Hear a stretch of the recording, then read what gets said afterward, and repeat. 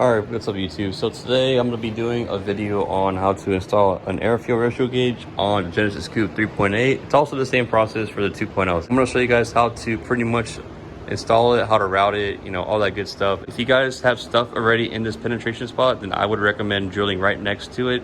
If you guys have nothing through this penetration, which is going to be this penetration right here, right there, if you guys have nothing in that penetration, then I would highly suggest using that penetration for running your wires through here. So I'm gonna go ahead and show you guys how I got there and where it goes. All right, so we're in the car, and as you can see right here, that this is the wire that I'm already feeding through here. But this is essentially for your hood latch. See how it's moving? When I'm moving the hood latch, this is your hood latch cable. So we're going through this rubber grommet right here, and all I did to get it out was use this tool to just pick it and pull it out. Then you're gonna wanna move that to the side to fit your harness through the firewall hole. So now you guys know the location that we're gonna be using. This is what it's gonna be like on this side. As you can see, it's right there. Usually what's right here is your stock ECU. This is the stock ECU. You have the ECU out. It's held in by 3 10mm screws. You got 1, 2, and then 3 right there. And then after you have the ECU screws out, then you're gonna want to take off these harness clips right here. And the way how you do that, your harnesses, if you're gonna take them off, they're gonna be in this position first, just like that, and that's a locking tab. Push your locking tab back, and then after it's pushed back, you're gonna grab this black part right here and you're gonna push up, just like that, and that will detach the harness from the ECU. You're gonna do that to both sides, and after you do that, you have all this access in here to feed your wire to the firewall. So what we're gonna do now is all we're gonna do is pretty much pull it in and get enough slack in here. Get as much slack as we can in here. I think this is good enough right here. I think this is a good length right here. I pulled maybe like 4 or 5 feet. This is the next step, guys. As you can see on here, this is the box. This says gauge, power, analog output, which you'll need for Haltech users or Link users, and then this is for sensor. So the sensor side is what we just pulled right now. So we're going to come down here and we're going to get this guy and plug it into this. So just like that, now our sensor is plugged in. All right, for the next step, we're going to get this box sensor out, and we're going to be connecting it to the other end of the sensor port. So over here, and as you can see, this is the other end of that sensor harness that we pulled earlier inside the cabin. This is it right here. This part connects to your sensor, right, your O2 sensor for the AFR. So it will literally just plug in just like this. Like that. That's it. So now that we have that plugged in, let's go ahead and route this to, I'm probably gonna route it to the downpipe side just because Alpha Speed recommends it. But if the customer ever wants to change that, he can always take this off and then just put it on the driver's side downpipe. So we're gonna come over here and we're gonna go ahead and drop this in here and route it. All right guys, so this is the sensor harness.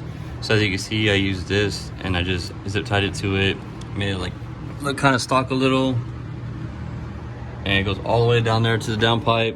There's more zip ties, and then right here it's zip tied right there, and then this is what I have left for slack. I'm not going to do this part yet because I need to figure out still if I have enough to mount the box where I want to. So that box, I need to plug in everything else to it. Once I have everything plugged into it, then I'll start pulling all my slack together to like a little corner, and then I'll zip tie everything else up. All right, as you can see, everything is nice and tucked away.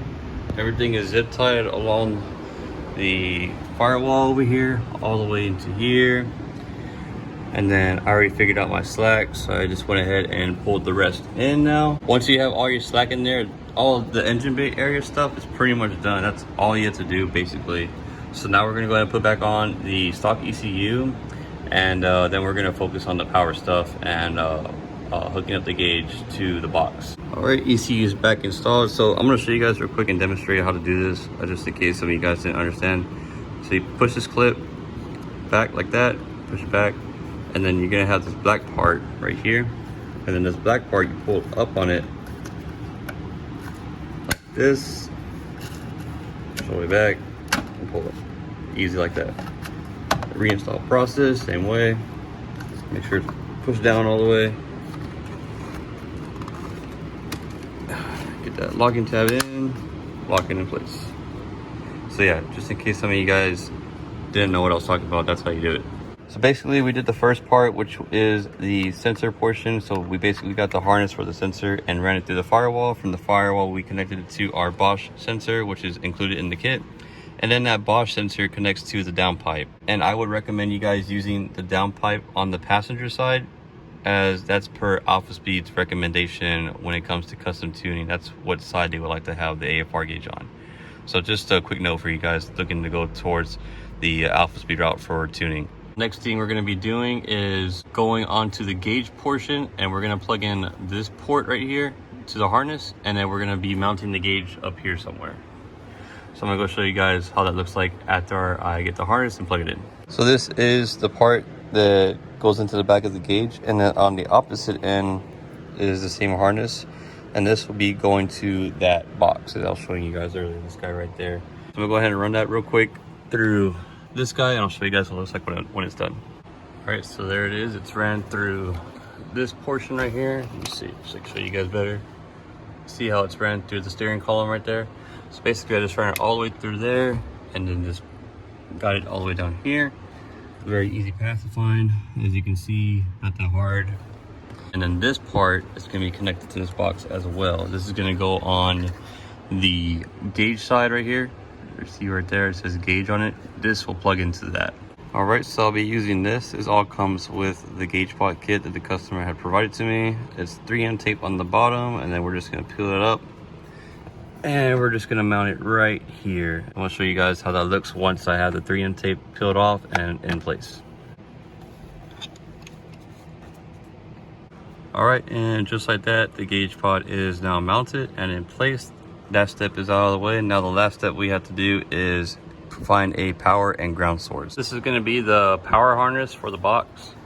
As you can see here, it's got orange, red, and white. Those are all sources that need power, and black is of course the ground. So we'll be grounding out black to a ground source, of course. And for my orange, red, and white, I need to find somewhere in here a switched 12 volt accessory mode fuse. So that could be anything from like the radio and stuff like that. And then I have my power probe here, and I have it grounded right now. So whenever it touches a power source, it's gonna light up. So if I were to touch a constant 12 volt power source, it would light up right now on the thing like that. The car is off, but this right here, whatever this fuse is a constant 12 volt source. That means it's always on. If we go down here to our 15 fuses, our 15 amp fuses, and if I tried to touch it, the light is off, which is good. You want that because the car is off. So now when you switch the car to an accessories mode, which you click it once, now the car is in accessories mode. So now this fuse should light it up. If I can get it like that.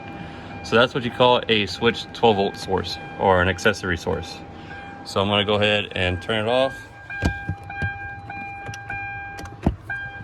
Now it's off. I'll turn it back on, press the power button. Now it's on. So we're gonna be using these fuses right here for our power source.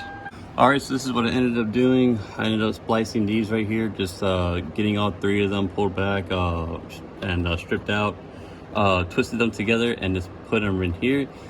I wouldn't really recommend this though, but it's just a temporary solution for the meantime. I usually recommend added circuits. Added circuits are lifesavers. Those things are freaking awesome. And for my ground, all I did was solder a little 14 gauge wire to it, and then use that as a ground reference right there. It's a 10 millimeter.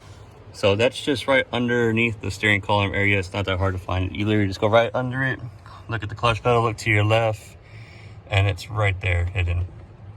But yeah, so let's go ahead and turn it on, see if it worked. And we have power. So now that we have power to this, all I have to do now is just calibrate it per the instructions, and then that's gonna be it. So that's pretty much it, guys, on how to install an AFR gauge. It's pretty much the same for all air fuel ratio gauges. I'm just showing you guys how to do it on the Genesis Coupe because a lot of you guys are asking like where to tap into, what to use for ground, you know, all that good stuff. But yeah guys, I hope you guys like this video. Leave a like, subscribe to the channel please, and leave a thumbs up. See you guys next time. Peace out.